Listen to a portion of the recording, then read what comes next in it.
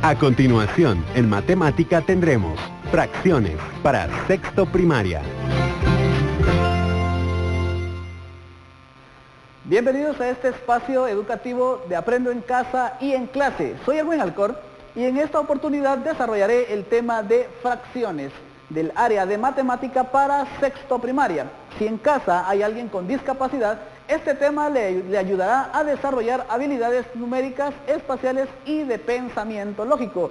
Hoy, en la interpretación de lengua de señas, saludaremos a Lourdes. Hola Lourdes, ¿cómo estás? Muy bien. Antes de comenzar es importante que recordemos la higiene, por lo tanto tenemos que lavarnos las manos constantemente con agua y con jabón. Si tenemos la oportunidad, pues debemos de utilizar alcohol en gel. Una vez ya desinfectadas nuestras manos, es importante que tengamos cerca todos los materiales que vamos a utilizar. En este caso yo te sugiero que puedes utilizar lápiz, lapicero, donde anotar, que puede ser hojas o un cuaderno. También sería importante que tuvieses a la mano alguno que otro tipo de material. En mi caso yo voy a utilizar unos trocitos de madera, pero tú puedes utilizar pedazos de plástico, pedazos de papel o incluso lo que tu creatividad te ayude para que te ayude a desarrollar este tema. Muy bien, comencemos primero por la definición de una fracción. Muy bien, vamos a escribir entonces qué es una fracción. Las fracciones, aunque regularmente se les llama así, tenemos que saber que la definición correcta o el nombre correcto en este caso va a ser el conjunto de números racionales. Cuando hablamos de los números racionales vamos a hablar específicamente de las fracciones. ¿Qué es el número? ¿Qué es el conjunto de números racionales? ¿O qué es un número racional? Vamos a mencionar entonces que el conjunto de números racionales se representa por la letra Q mayúscula. ¿Sí? Ya que tenemos la letra Q mayúscula, le agregamos una segunda línea que es la que nos va a dar la idea de los conjuntos. De hecho, si eres observador, te habrás dado cuenta que cuando representamos conjuntos numéricos se utilizan letras mayúsculas, pero tienen alguna particularidad. Por ejemplo, si hablamos de los números naturales, es una n, pero tiene una segunda barra al inicio. ¿Sí? Ahora, racionales, naturales, incluso si hablamos de los enteros se representan por una letra z, que también tiene una doble línea. ¿De acuerdo? Entonces, esa segunda línea es la que nos va a ayudar a distinguir cuándo es una letra y cuándo nos están hablando de algún conjunto numérico. Muy bien, ya que has recordado esta parte, vamos a quitar esta y diremos que el conjunto de números racionales se representa por la letra Q. ¿Y qué más tenemos que saber de los racionales? Bueno, el conjunto de números racionales es aquel que tiene la forma A sobre B. ¿Qué significa eso? Si tiene la forma A sobre B, significa que al momento de escribirla, mi expresión va a tener un numerador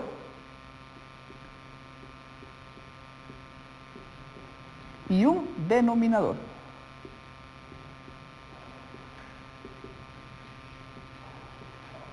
Muy bien.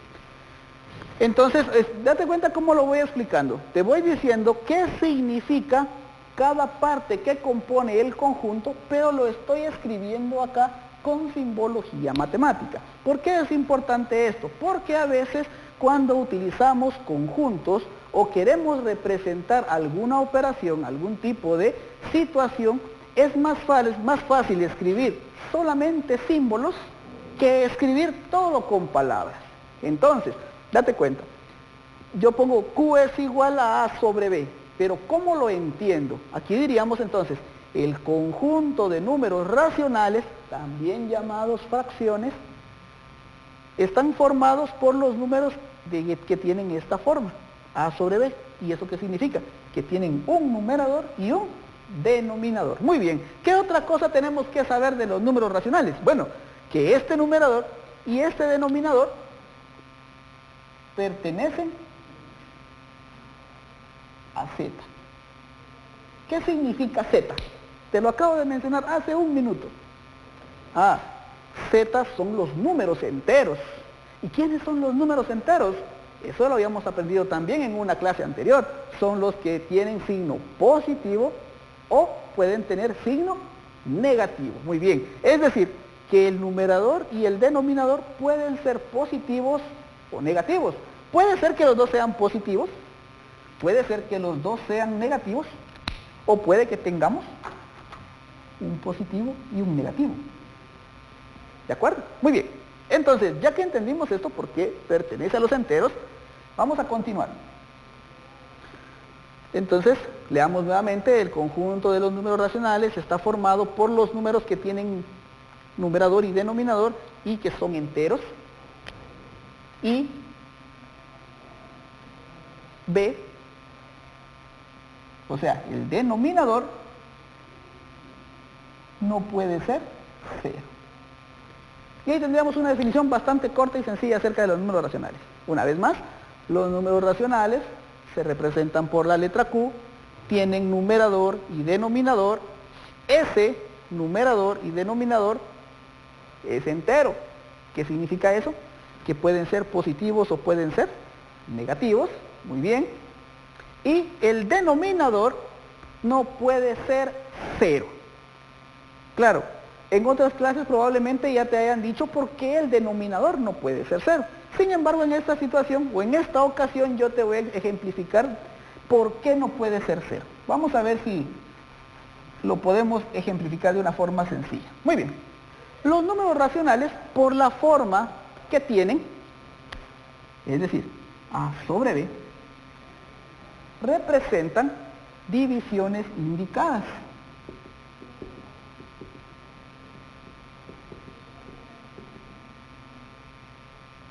¿A qué me refiero con divisiones indicadas? Por ejemplo, si tú tienes la fracción 6 tercios, te darás cuenta de que esta expresión es una fracción. Las fracciones pueden ser propias o impropias. En este caso yo aquí tengo una fracción impropia. ¿Por qué se llama fracción impropia? Porque el numerador es mayor que el denominador. O podemos encontrar esta fracción, por ejemplo. Voy a escribir la misma, solo que con las posiciones cambiadas.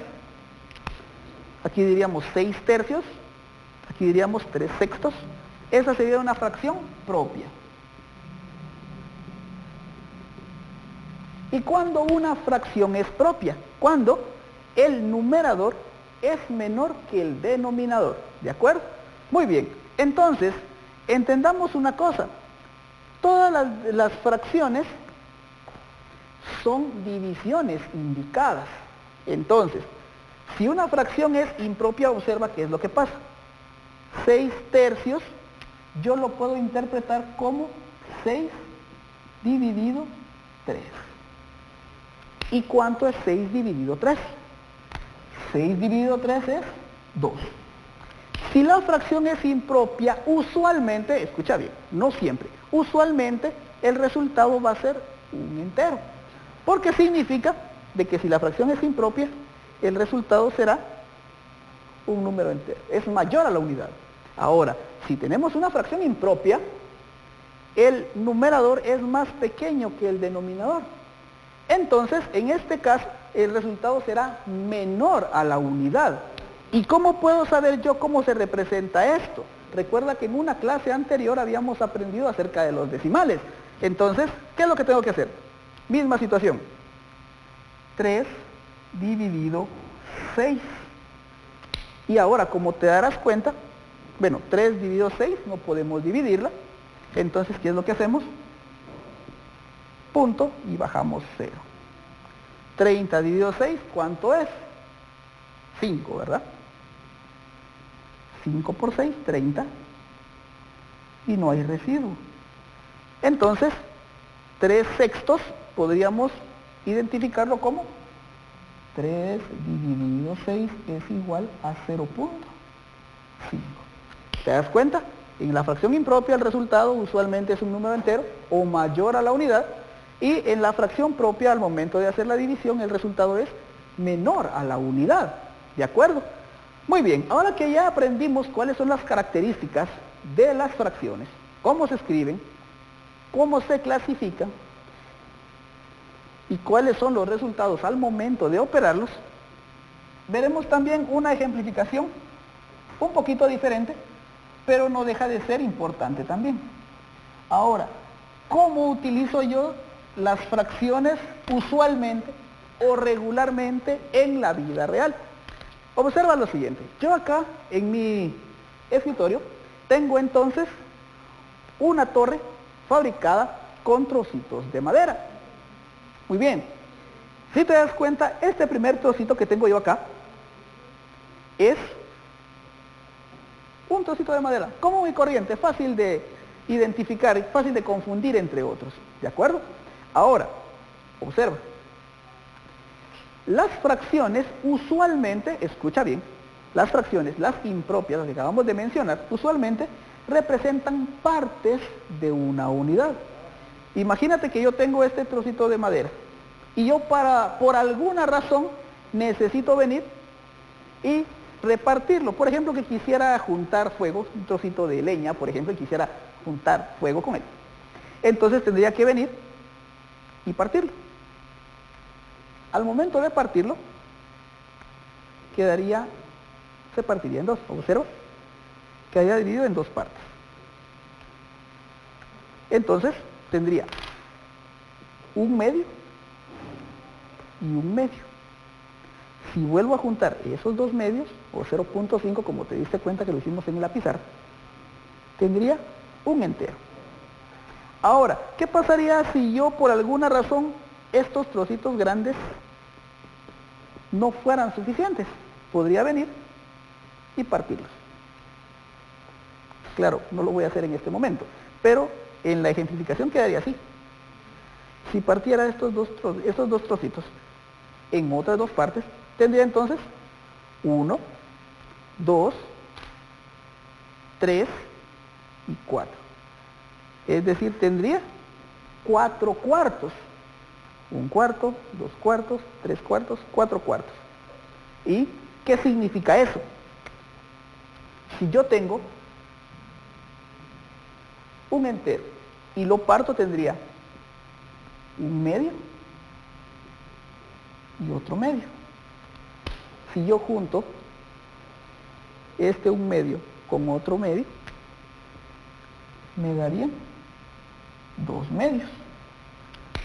Y 2 medios es igual a 1. ¿Por qué? Porque acabamos de identificar que una fracción es una división indicada.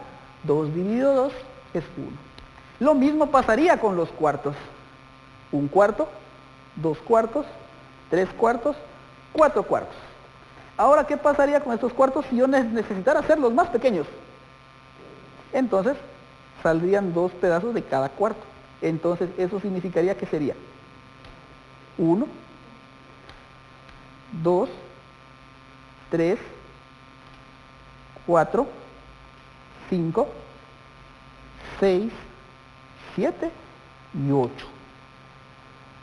¿Qué me representaría entonces? Me representaría octavos. Entonces tendría un octavo solamente en este cuadrito, como puedes verlo, ¿ya? Entonces tendría un octavo, 2 octavos, 3, 4, 5, 6, 7 y 8. Entonces, si te das cuenta, 8 octavos, 4 cuartos, 2 medios, todos hacen un entero. Y esa es la forma en que nosotros podemos utilizar las fracciones. Solo piensa, por ejemplo, cómo utilizamos el dinero nosotros aquí en Guatemala. Podrías pensar, bueno, si esto fuera un quetzal, si este trocito fuera un quetzal, pues aquí tendríamos 50 centavos. 50 y 50, un quetzal. ¿Y qué pasaría con estos? Bueno, aquí tendríamos entonces 25 centavos. 25 más 25 más 25 más 25, un quetzal. Entonces, esa es la forma en que se utilizan las fracciones y como regularmente las podemos utilizar. Aunque también cabe mencionar que no solamente podemos dividirlas en medios, en cuartos, sino que también podrían ser cantidades de diferentes tipos. Por ejemplo, aquí tengo otra figura que también es un trozo de madera, como puedes darte cuenta. Y resulta que este trozo de madera yo necesito dividirlo en más partes porque entero no me sirve. Entonces podría venir y partirlo. Y en este caso tendría 1/3, 2/3, 3/3. Es decir, mi unidad dividida en 3 partes. Y si te das cuenta, casa perfectamente. Entonces, 3/3 hacen 1. Lo mismo pasaría con este. Tengo un entero que por alguna situación lo dividí, por lo tanto me quedaría 1, 2, 3, 4 y 5. Eso serían 5/5. Por último tendría este. Veamos entonces, tengo un entero. ¿En cuánto lo podría dividir? Veamos. 1, 2, 3, 4, 5, 6, 7.